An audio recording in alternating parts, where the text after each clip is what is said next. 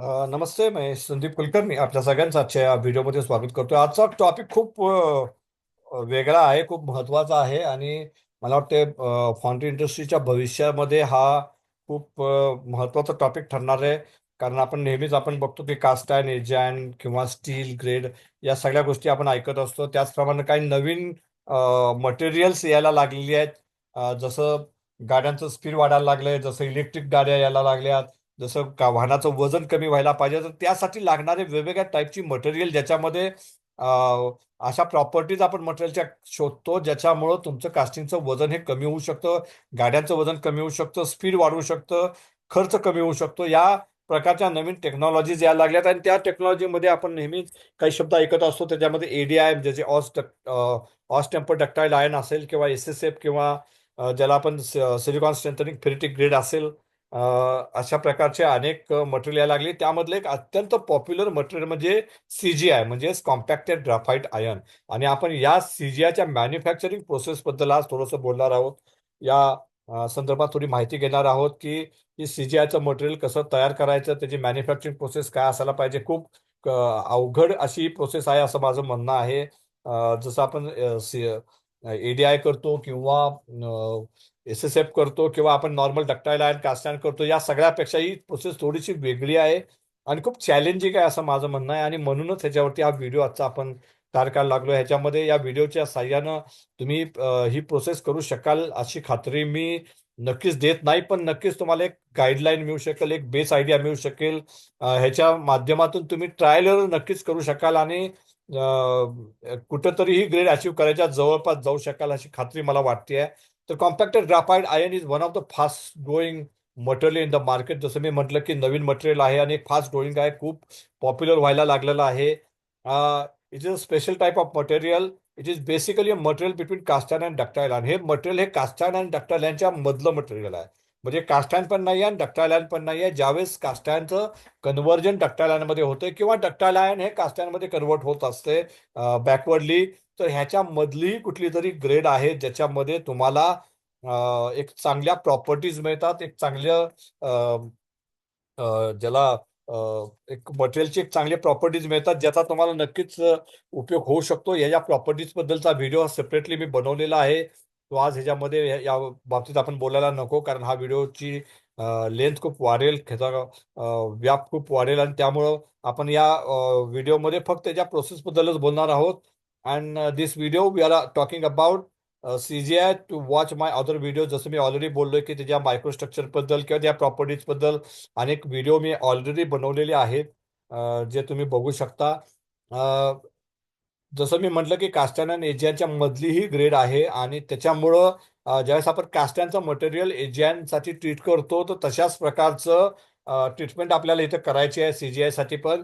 फक्त ही जी ट्रीटमेंट आहे ही अतिशय कंट्रोल्ड वेने करायची आहे. ह्याच्यामध्ये आपल्याला एक काळजी घ्यायची आहे की ह्याचं डक्टायलमध्ये कन्व्हर्जन होता कामा नये.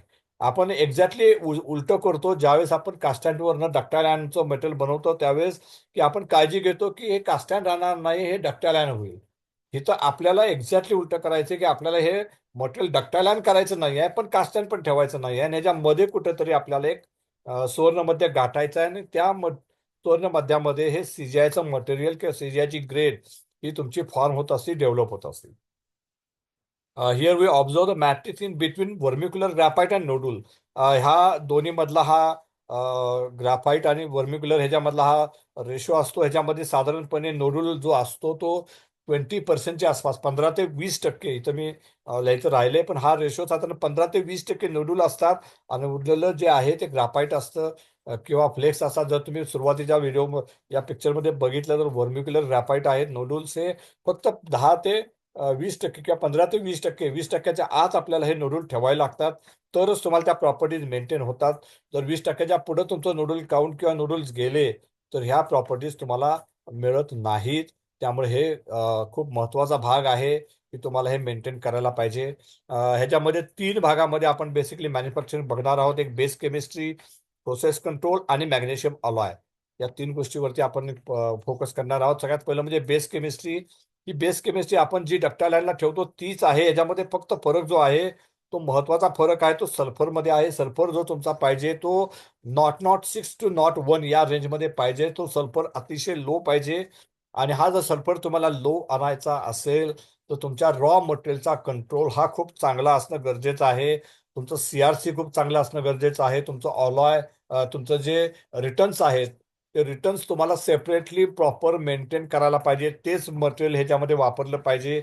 आणि सगळ्यात महत्वाचा तिसरा जो महत्वाचा रॉ मटेरियल मधला फॅक्टर आहे तो म्हणजे तुमचा कार्बोरायझर किंवा जे काही तुम्ही वापरताय तर ते यावेळेस तुम्हाला इथं काही वापरून चालणार नाहीये. इथं तुम्हाला प्युअर ग्राफाईट वापरणं गरजेचं आहे.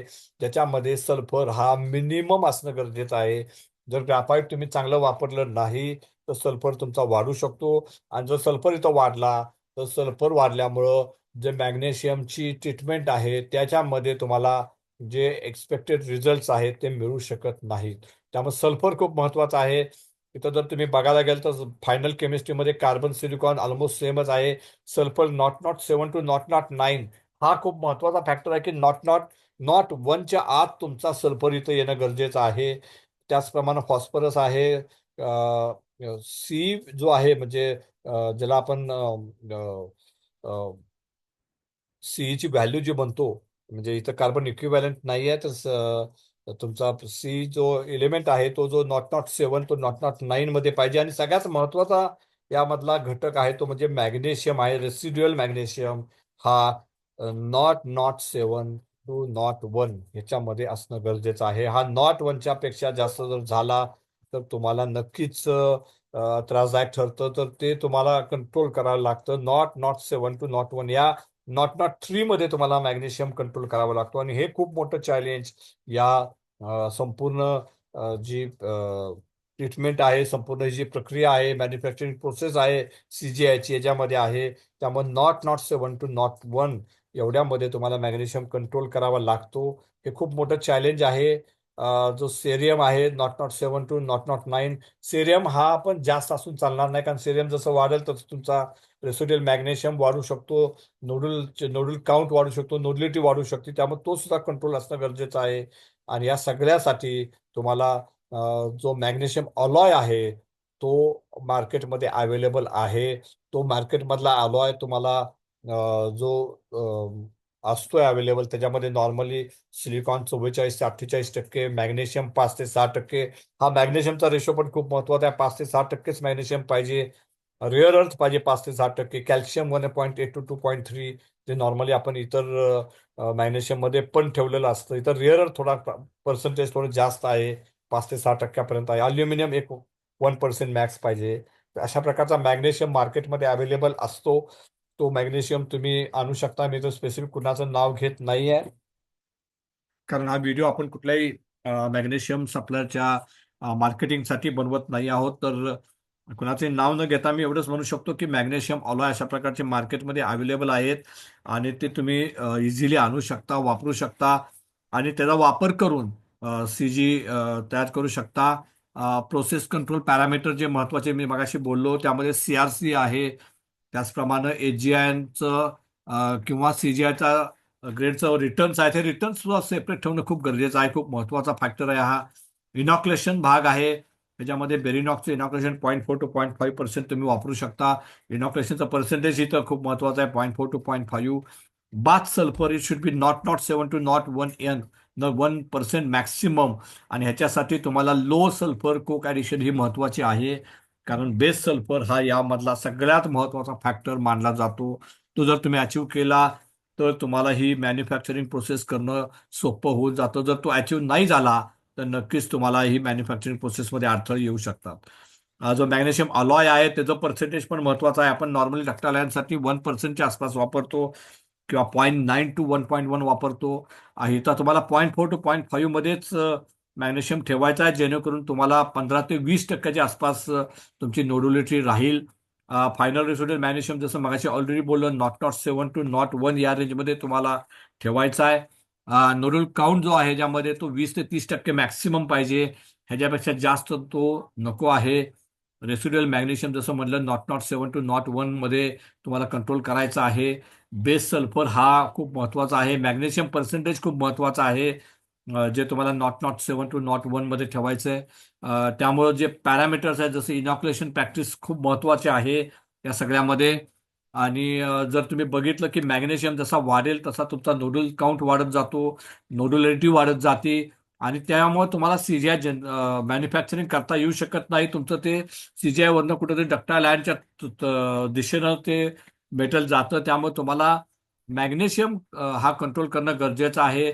आणि मॅग्नेशियम कंट्रोल करण्यासाठी जे मॅग्नेशियम ऑलॉय आहे ते खूप महत्वाचं आहे. त्याचा पर्सेंटेज 0.4 to 0.5% महत्वाचा आहे.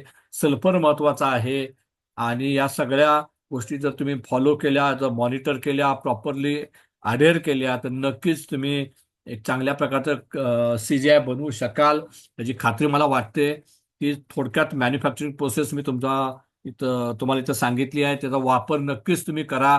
आणि एक चांगल्या पद्धतीचं सीजीआय तुम्ही बनवू शकाल अशी खात्री मला वाटते या सगळ्या गोष्टींचा वापर करून.